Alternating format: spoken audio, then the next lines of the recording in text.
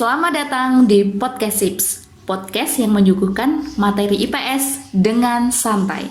Bersama saya, Vira Aisyah. Pada kesempatan ini, kita akan membahas mengenai kerajaan Hindu-Buddha di Indonesia. Pengaruh Hindu-Buddha tidak hanya mengajarkan tentang agama saja, melainkan juga memberikan pengaruh besar terhadap perkembangan masyarakat di berbagai bidang kehidupan, mulai dari kehidupan politik, kebudayaan, arsitektur, dan lain-lain. Pada podcast ini, kita akan membahas mengenai salah satu kerajaan bercorak Hindu-Buddha yang ada di Jawa Timur, yaitu Kerajaan Singosari. Di kesempatan ini, yang menjadi teman podcast kita adalah Elvira Zulfa Aliyah. Dia merupakan mahasiswa semester 6 jurusan Pendidikan IPS Universitas Negeri Malang. Selamat datang di Podcast Sips. Elvira, silahkan memperkenalkan diri. Halo semuanya, saya Elvira yang tadi disebutkan oleh Vira. Di kesempatan ini saya akan membagikan sedikit informasi tentang Kerajaan Singosari. Baik, tanpa berlama-lama, kita akan masuk ke pembahasan yang pertama. Yang pertama, kita akan membahas mengenai lokasi. Di mana sih lokasi Kerajaan Singosari? Silakan dijawab, Elvira. Sesuai dengan namanya, Kerajaan Singosari berada di Kecamatan Singosari, Kabupaten Malang. Bukti dari adanya Kerajaan Singosari ini ditandai dengan adanya Candi Singosari. Bagi teman-teman semua yang berasal dari Malang, baik dari kabupaten maupun kota, pastikan mengunjungi Candi Singosari. Selain itu juga ada pemandian Ken Dedes. Di sana terdapat patung-patung dari Ken Arok maupun Ken Dedes. Jadi selain kita berwisata, kita juga bisa belajar tentang sejarah, karena bagaimanapun kita tidak bisa melupakan sejarah. Dengan kata lain, di Kecamatan Singosari itu bukti-bukti sejarah akan adanya Kerajaan Singosari itu sudah komplit ya, Elvira? Iya, benar sekali. Karena di sisi lain ada Candi Singosari, ternyata juga ada pemandian yang diyakini pernah digunakan oleh Ken Dedes. Seperti itu ya teman-teman. Setelah kita mengetahui letaknya, kita bergeser ke sejarah berdirinya Kerajaan Singosari. Karena apa Singosari ini berdiri? Silahkan dijelaskan, Elvira. Oke teman-teman, jadi sejarah berdirinya Kerajaan Singosari ini memiliki berbagai bumbu-bumbu drama dan berbagai polemik yang kita harus tahu runtut kejadiannya. Karena setiap kejadiannya itu memiliki relasi antara satu sama lain. Dulu terdapat gadis cantik bernama Ken Dedes yang diramalkan akan menjadi pareswari atau gadis yang melahirkan raja-raja di Nusantara. Sehingga Ken Dedes ini diperebutkan oleh para lelaki di zaman itu. Salah satunya Tunggul Ametung. Tunggul Ametung ini merebut Ken Dedes dari ayahnya yang bernama Empu Purwa. Di malam hari, Tunggul Ametung menculik Ken Dedes. Empu Purwa yang mengetahui hal tersebut marah terhadap rakyatnya, sehingga mengutuk wilayahnya akan mengalami kekeringan. Setelah memperistri Ken Dedes, Tunggul Ametung menjadi Akuwu di Tumapel. Oh, sebelumnya Akuwu itu apa? Mungkin banyak teman-teman yang tidak mengetahui. Akuwu itu seperti bupati ya, jadi pemimpin di suatu wilayah regional tertentu. Kabupaten kalau sekarang ya mungkin. Iya, betul sekali. Kemudian, setelah Tunggul Ametung berhasil memperistri Ken Dedes dan menjadi Akuwu di Tumapel seperti yang tadi disebutkan, ada lagi nih tokoh yang berbeda bernama Ken Arok. Ken Arok ini jatuh cinta terhadap Ken Dedes. Jadi dia ingin merebut Ken Dedes dari Tunggul Ametung. Berarti posisinya pada saat itu Ken Dedes masih menjadi istri dari Tunggul Ametung. Tunggul Ametung. Tetapi ternyata ada laki-laki lain yang menyukai Ken Dedes. Iya, benar. Di samping terpesona oleh kecantikannya, juga Ken Arok kan mengetahui kalau Ken Dedes ini akan melahirkan raja-raja di Nusantara. Sebelum lanjut, berarti isu akan Ken Dedes melahirkan raja-raja yang diramalkan tadi itu berarti masih berlaku ya, walaupun Ken Dedes itu sudah menjadi istri orang lah istilahnya. Mungkin seperti itu ya menurut pandangannya orang-orang dahulu. Iya mungkin. Oke ya. Setelah itu Ken Arok menyuruh Empu Gandring untuk membuat keris. Akan tetapi meskipun keris itu belum jadi, Ken Arok tetap mengambil paksa keris tersebut dan menggunakannya untuk membunuh Tunggul Ametung. Setelah Tunggul Ametung berhasil dibunuh oleh Ken Arok berhasil merebut tahta Tunggul Ametung sekaligus memperistri Ken Dedes. Tidak berhenti sampai situ tentunya ya. Tentunya masih banyak drama ya. Kerajaan Singosari ini muncul karena runtuhnya Kerajaan Kediri. Jadi dulu Kerajaan Kediri mengalami keruntuhan pada masa pemerintahan Raja Kertajaya. Selama Raja Kertajaya ini memimpin, hak-hak dari kaum Brahmana mulai dikurangi sehingga menimbulkan pertentangan kaum Brahmana. Keadaan ini dimanfaatkan oleh Tumapel. Pada saat itu, pihak Tumapel mengetahui bahwa di Kerajaan Kediri sedang mengalami masalah antara kaum Brahmana dan juga pihak kerajaan. Dalam keadaan tersebut, Kerajaan Singosari memanfaatkan keadaan politik yang tidak stabil untuk menyerang Kediri hingga akhirnya terjadilah peperangan Ganter yang terjadi di daerah Ganter pada tahun 1222 Masehi. Padahal posisinya itu Tumapel merupakan bagian dari Kerajaan Kediri ya? Iya, benar sekali. Jadi karena keserakahan, Tumapel ingin menguasai negara yang pada aslinya merupakan kerajaan yang berada di kekuasaan lebih tinggi daripada wilayah tersebut. Mungkin kalau untuk istilah sekarang gerakan separatis mungkin ya. Iya. Cuma separatis lokal. Iya, betul sekali, versi kerajaan lah ya. Pada saat itu Ken Arok berhasil mengalahkan Kerajaan Kediri. Jadi perang Gandar ini dimenangkan oleh pihak dari Tumapel. Setelah itu Ken Arok pun memiliki gelar Sri Rangga Rajasa Sang Amurwabumi. Baik, setelah kita membahas mengenai sejarah berdirinya Kerajaan Singosari, kita membahas mengenai dinamika politik Kerajaan Singosari. Jadi kondisi politik pada masa Kerajaan Singosari itu seperti apa? Oke, jadi dinamika politik Kerajaan Singosari sama dengan sejarah berdirinya kerajaan itu. Memiliki banyak sekali bumbu-bumbu drama. Banyak terjadi pertumpahan darah untuk memperoleh kekuasaan. Setelah Ken Arok berhasil mendirikan Kerajaan Singosari dan menjalankan kepemerintahan, anak dari Tunggul Ametung yang bernama Anusapati merasa dendam dengan Ken Arok, sehingga Anusapati membunuh Ken Arok. Dan setelah Ken Arok meninggal, kekuasaan Singosari diraih oleh Anusapati. Tak cukup sampai di situ ya drama tentang pertumpahan darahnya. Setelah Anusapati memimpin pun, kekuasaannya kembali direbut oleh anak dari Ken Arok yang bernama Tohjaya. Jadi Tohjaya juga sama, memiliki motivasi yang sama karena ingin balas dendam sekaligus ingin memperoleh kekuasaan di Kerajaan Singosari. Berarti ini saling membunuhnya ini dimulai dari bapaknya lah, kasarannya gitu ya. Iya. Dari bapak ke anak-anaknya juga memiliki dendam seperti itu ya. Ya.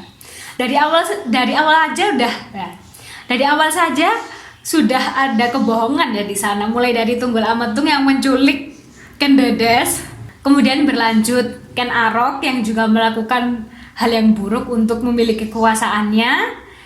Anusapati dan juga Tohjaya memiliki pola yang sama. Dengan kata lain, Kerajaan Singosari ini ada karena adanya niat buruk. Benar sekali. Di awalnya seperti itu ya. Padahal sesuatu yang diperoleh dengan cara yang curang tidak akan berjalan sesuai dengan apa yang diharapkan. Betul sekali. Lanjut. Setelah tadi kita sampai ke kepemimpinan Tohjaya. Tohjaya yang mengetahui jika ayahnya dibunuh oleh Anusapati memiliki niat untuk balas dendam. Setelah itu, kepemimpinan Tohjaya juga tidak berselang lama. Hal ini dikarenakan adanya pemberontakan yang mengharuskan Tohjaya melarikan diri dan meninggal pada saat melarikan diri. Sebelum lanjut, di kepemimpinan Tohjaya ini ada 2 versi sebetulnya. Oh iya. Ada Coba sebutkan versi yang kamu tahu. Ada ini kalau pemahaman Elvira, Iya. Tohjaya ini kan melarikan diri karena ada pemberontakan. Iya. Tapi ada sumber lain yang menyatakan bahwasanya Tohjaya ini meninggal karena juga dibunuh oleh Wisnuwardana. Jadi upaya balas dendam itu sampai pada Wisnuwardana seperti itu. Jadi ada 2 versi mungkin ya. Oh iya. Dulu juga pernah membaca Wisnuwardana ini nama lainnya adalah Ranggawuni. Ya, betul sekali. Setelah tadi ya yang versi saya bahwa Tohjaya itu melarikan diri. Selanjutnya setelah Tohjaya melarikan diri dan dinyatakan meninggal dalam upaya tersebut, kemudian di Kerajaan Singosari mengalami kekosongan kepemimpinan sehingga digantikan oleh Wisnuwardana. Pada masa kepemimpinan Wisnuwardana ini, kehidupan politik di Kerajaan Singosari mulai stabil dan Wisnuwardana berhasil memerintah selama kurang lebih 21 tahun. Setelah Wisnuwardana ini lengser dari jabatannya, kemudian Wisnuwardana memberikan mandat kepada Kertanegara yang merupakan putra dari Wisnuwardana.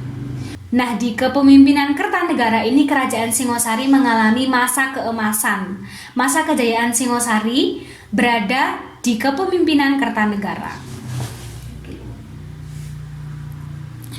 Dengan kata lain, yang benar-benar melaksanakan mandat tanpa berbuat curang, tanpa pertumpahan darah, itu adalah dari Kertanegara. Iya. Karena Kertanegara memang diberikan mandat oleh ayahnya langsung, seperti itu ya Elvira.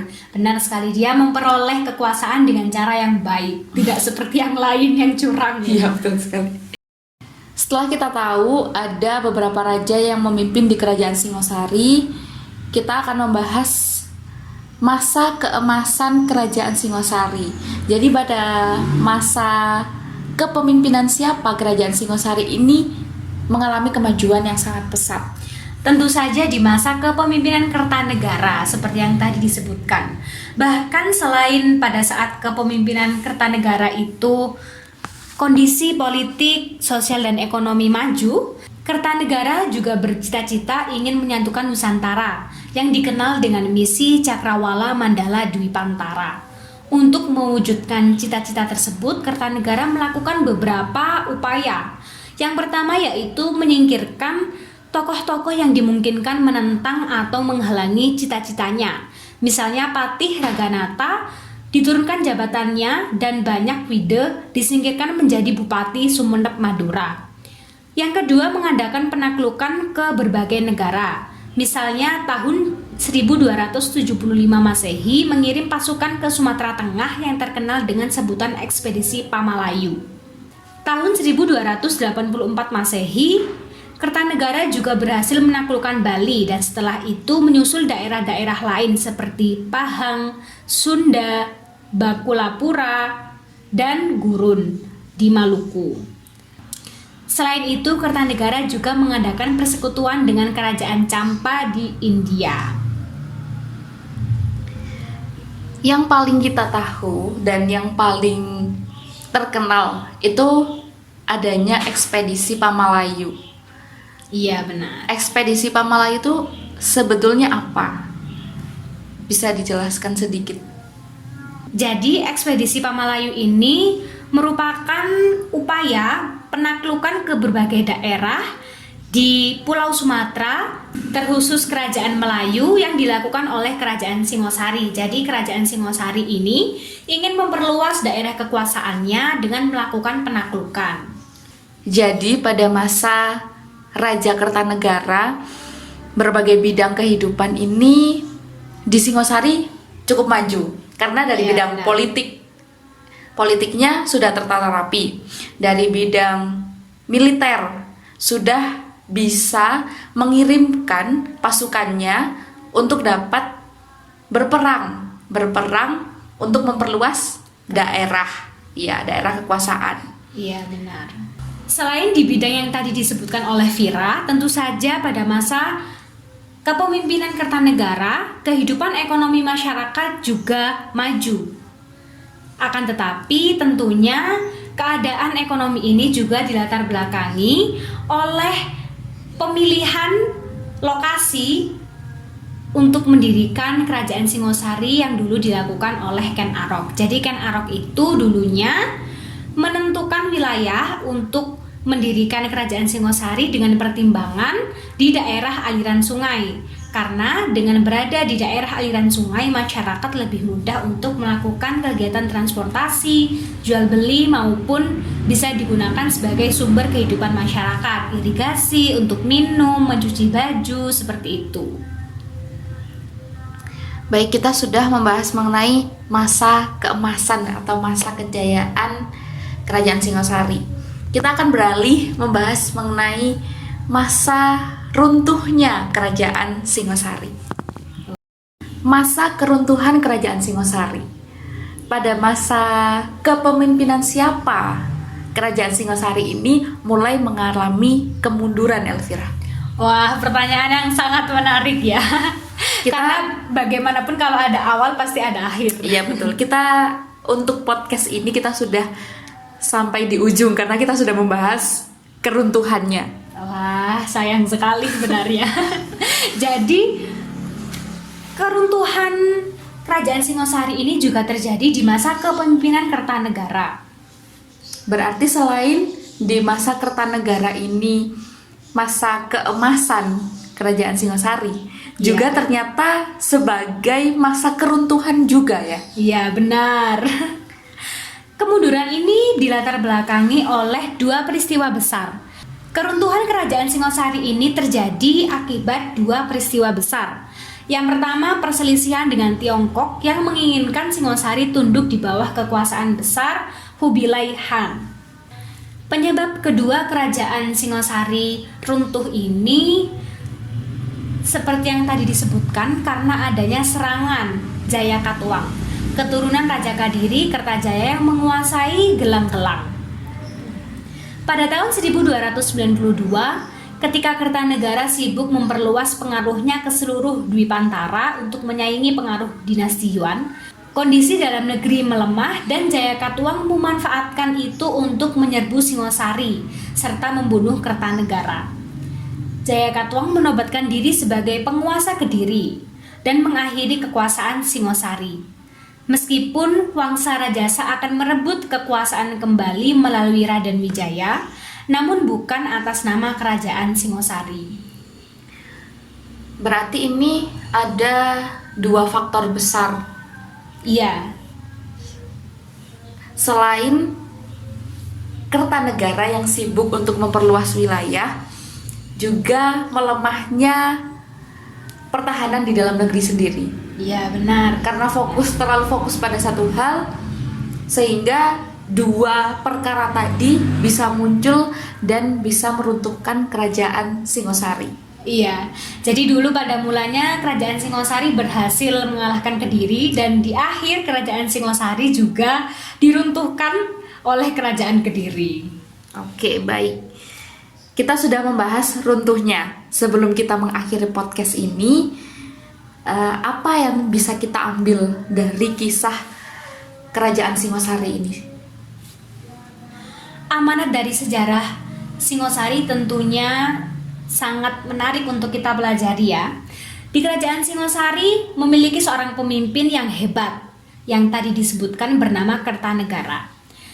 Kertanegara adalah raja yang memiliki cita-cita politik tinggi, yakni ingin meluaskan kekuasaannya hingga ke seluruh Nusantara.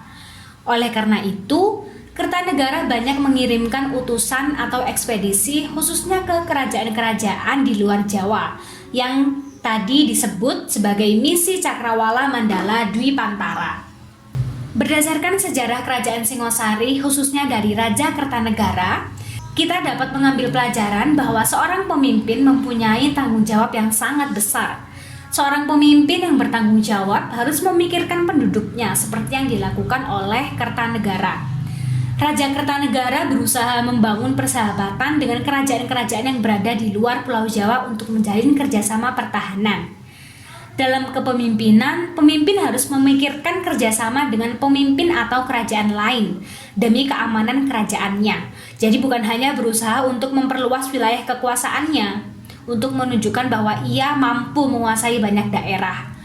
Tak hanya itu, pemimpin juga harus memperhatikan keselamatan rakyatnya. Jadi kita bisa belajar dari sejarah kerajaan Singosari seperti apa, supaya kita bisa mempraktikannya dalam kehidupan sehari-hari kita. Karena memang sejarah itu kita pelajari untuk memperbaiki kehidupan di masa sekarang dan di masa yang akan datang.